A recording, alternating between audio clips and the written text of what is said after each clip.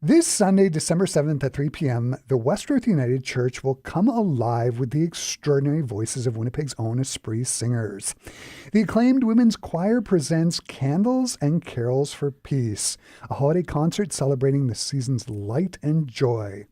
Audiences will be treated to an enchanting program featuring works by Benjamin Britten, Andre Arensen, Robert Applebaum, and more, brought to life by the choir's heavenly harmonies. And joining me here in the Classic 107 studios to talk about their concert, Candles and Carols for Peace, I am joined by Valdine Anderson, the artistic director for the Esprit Singers. Hey, Valdine, great to have you back. Thanks so much for making time to have me here. So before we get to the concert, Esprit's last concert was back in May, your concert called North of the 49th. For you as artistic director, what's it like to return to Esprit after the choir has come back from a summer break? Is it like returning to family or coming home? You know, normally it would be kind of a new start in September, except that we did actually tour in July. Okay. We went out to Kitchener, Ontario, and we're featured guests at the Canadian College of Organists big conference. So we've had a small break, but we've been working throughout the summer too. So. Mm-hmm. The number of voices in the choir is strong. How many voices are going to be there on Sunday? We should have about 27 singers. Amazing. Yeah. The programming that you do is always terrific. It's always very well thought out and eclectic. And when you emailed me the program this morning, I wasn't disappointed. The selections are fantastic. One of the things I found super interesting is that the choir is going to be doing a Missa Brevis by Benjamin Britten. When I think of Christmas and Benjamin Britten, I always think of course, of the Ceremony of Carols. Mm-hmm. What is this Missa Brevis like? Oh my gosh, it's so beautiful. It's really, really original. You hear Benjamin Britten's usual sort of tonal sound world, but it's a fantastic work. He dedicated it to the Westminster Cathedral in London, and it's a work for organ and upper voices, where the organ has as much of a central part as the voices do. There's a part for soloists as well. I've got 5 or 6 singers, 5 singers doing some solos in it, and it's in 4 movements that just kind of merge into each other, but they're all incredibly different and unique. The first one is just kind of a Kyrie that hands off each sort of part to the next one, kind of like a relay race, and it starts in the high voices, goes to the low, and back again. The second movement, the Glorias in 7/8 time, is super cool. The third movement, which is the Sanctus, is like pealing bells. It sounds like bells ringing. It's amazing. Ends with this massive, glorious Hosanna. And then the last movement, I was reading up on it, and one of the people describing this work called this movement troubling, because there's just something about it. It's in 5/4 time, and it just has this undercurrent of restlessness and the repeated sort of Dona Nobis Pacem just comes to kind of this final repeated utterance that leaves you kind of wondering, give us peace, that it's something that really needs to stay with us. Mm-hmm. So it's a cool piece. And that combined with Benjamin Britten's unique harmonies too, it's going to be... It's evocative and it's haunting. So. Mm-hmm. The piece does feature soloists. Do you want to talk about the soloists? Who are they for the Benjamin Britten? These are soloists from the choir. Jessica Nicol, Jen Shaw, Olivia Maxfield, Deanna Smith, and Signe Barriger. Fantastic.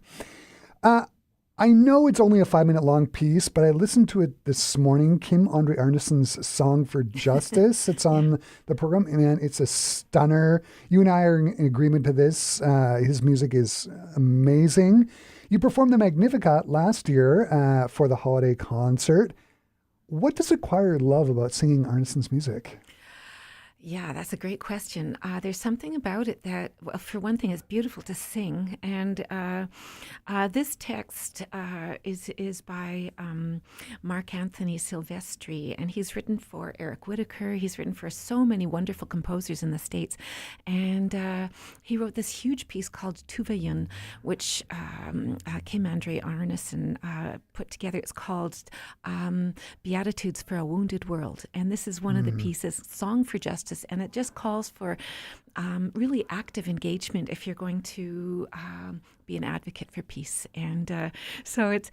I'm not saying it's a political song, but it really does try to send the message that we need to try really hard for that right now. And one of the things I noticed about it is that it made heavy use of, like, there's some percussion and cello.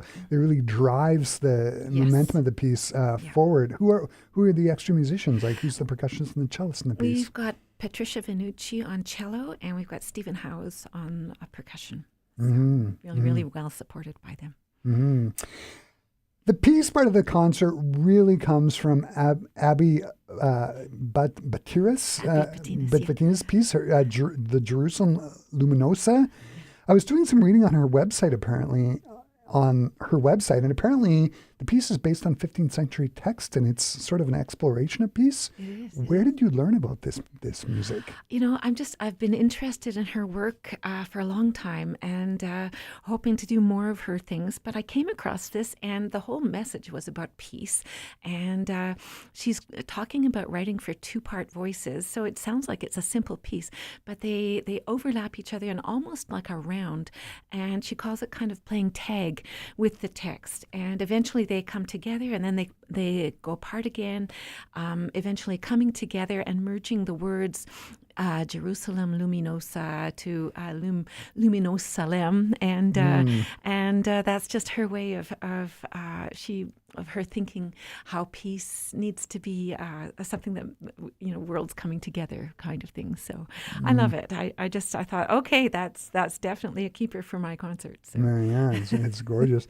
The choir is also performing music by Robert Applebaum, and music that's for Hanukkah, which is perfect because Hanukkah starts on the 14th this year.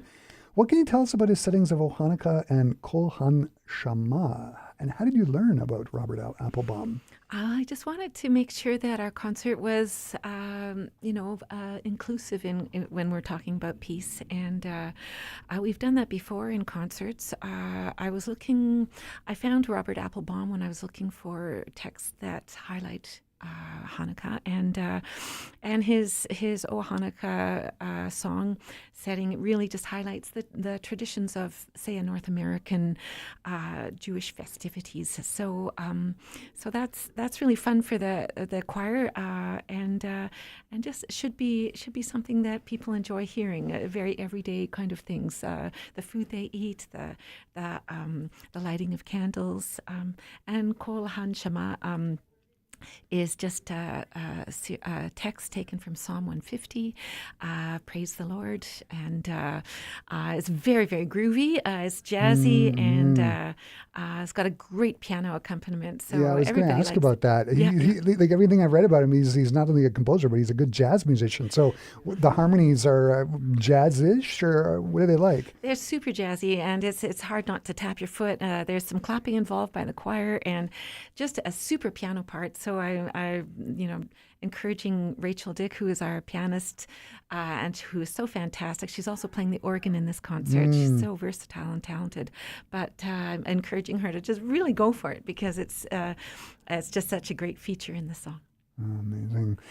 Valdine, as always, this has been a real joy to have you here in studio. What are you in the choir looking forward to most about performing on Sunday? I think, first of all, I know the choir loves all the repertoire, and it's just so fun to perform it. I'm hoping that the overall theme is something that the audience can really grasp hold of.